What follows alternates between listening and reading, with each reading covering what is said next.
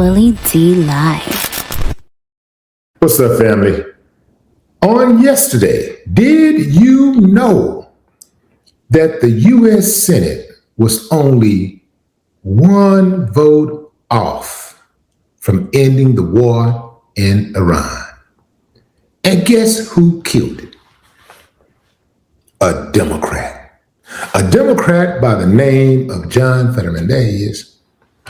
This dude is the worst of the worst.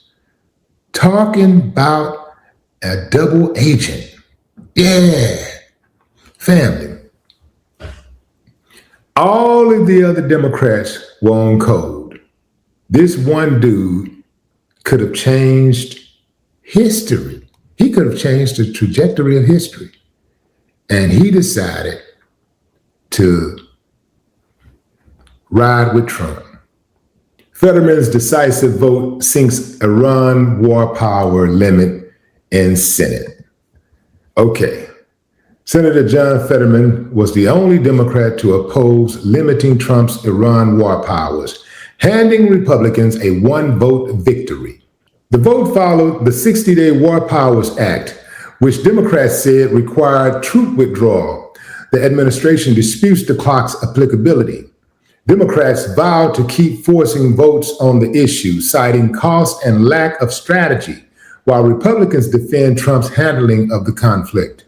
In a 49-50 vote, Senator John Fetterman sided with the Republicans to block a resolution that would have required President Donald Trump to seek congressional authorization for continued hostilities against Iran. This marked the seventh failed attempt to impose such limits since the war began, but the first in which Republican defections made a Democrats' opposition decisive. Senators Rand Paul, Susan Collins, and Lisa Murkowski crossed party lines to back the measure, while Fetterman's stance drew attention for its political and strategic implications. And we could stop right there, fam. This dude, good Lord. Boy, his mama should be embarrassed and his daddy should have pulled out. How? I know how. I can see Fetterman right now. Look, man, I know I'm a Democrat, but they paid me that money, man, and man, I gotta do what feed my family. I gotta feed my family, man. Yeah. This is akin to sleeping with the enemy. You ever had somebody in your house, fam, that brought like a dark energy in your house and you had to get them out? Yeah. Quick story. I had a contractor in my house once. And this contractor is a guy that I have been working with for a while. Hispanic guy, right? And he brought a new worker with him one day, Hispanic guy. I didn't think the dude spoke English because when he first walked into my house and I spoke to him, he was just like, he kind of just, So I was like, okay, cool. So the next day, well, let me say this. Throughout the day, as they were working, I never heard him talking, right? So he comes to my house the next day, and I see him, and he's speaking English. But when he come into my house, actually walk inside of my house, he don't speak. I went right to the contractor. I said, hey, man, get the dude out of my house. He was like, what's wrong? I said, I don't like his attitude. He said, he's a good guy. And get him out of my house. I don't like his attitude. I don't like his energy, man. He got to go. So he made dude go sit in the truck until they went on their break, and then he took him wherever he had to take him. But that dark energy, having people around you, and this is a bigger story, right? Because while this is a very serious story, this war thing, in Iran, people don't want that war. Americans are hurting. People are finding the cost of living going up. America's already spent trillions of dollars in wars around the world. And Americans are saying the steak ain't worth the sizzle. It's not worth it. When you look at the money that's being spent, the lives that are being lost, the way that this war has impacted America economically, it ain't worth it, right? So, but getting back to this dude, Fetterman, this guy is the guy who comes around you and smiles in your face.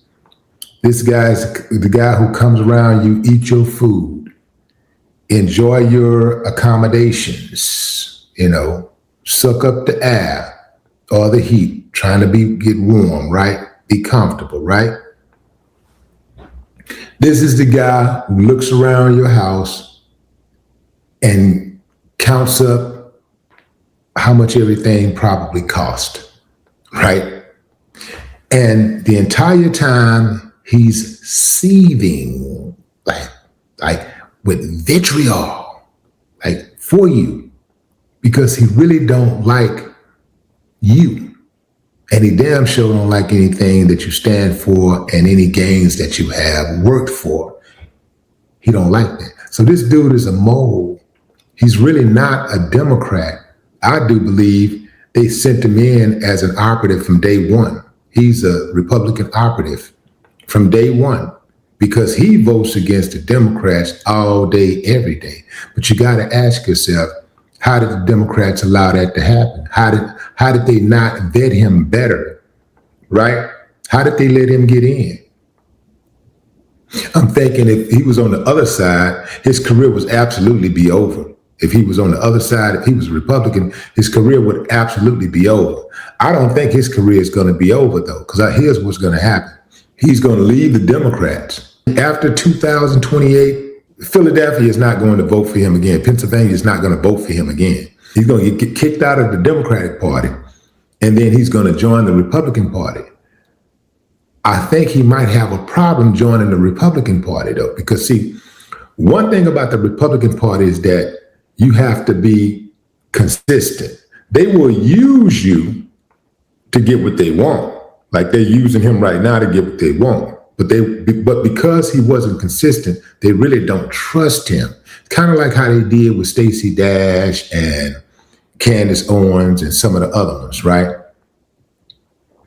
Once Candace and Stacey Dash couldn't help them anymore, they kicked them to the curb and they never allowed them to come back in. They'll never be allowed to come back into the Republican Party. They can call themselves Republicans all they want to, but they'll never be allowed to come back to the party. They'll never be invited to the party. You dig what I'm saying? Yeah, they're not allowed to be at the party. All of that cooning that Stacey Dash was doing, she never got invited to the big dance to speak. All that cooning Candace Owens was doing, she never got invited to the big dance to speak.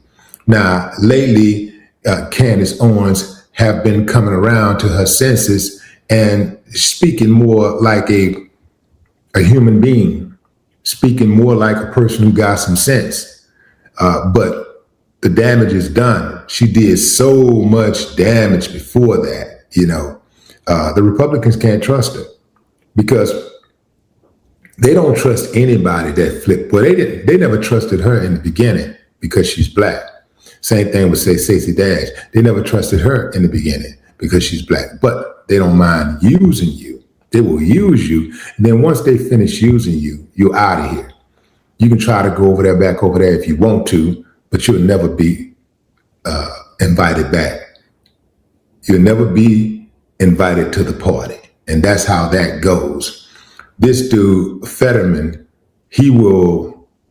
I don't think when he tries to run out on the Republican ticket, I do not believe that he'll be accepted because they don't trust him and they know that he can be sold to the highest bidder. That's what's going to happen with him. I think he's going to end up becoming the type of dude who just flip-flop, depending on who give him the most money to endorse him or say this or say that. I think that's where he's going. He'll probably end up as some type of independent or moderate Republican or something along those lines. But he's out of his career. It's over because nobody respects him. His reputation is ruined forever. Nobody respects this guy. The Republicans don't respect him and the Democrats don't respect him, but the Republicans like him more because he's doing their bidding. But what say you, fam? Drop a comment. I'd love to hear your thoughts. No more talk.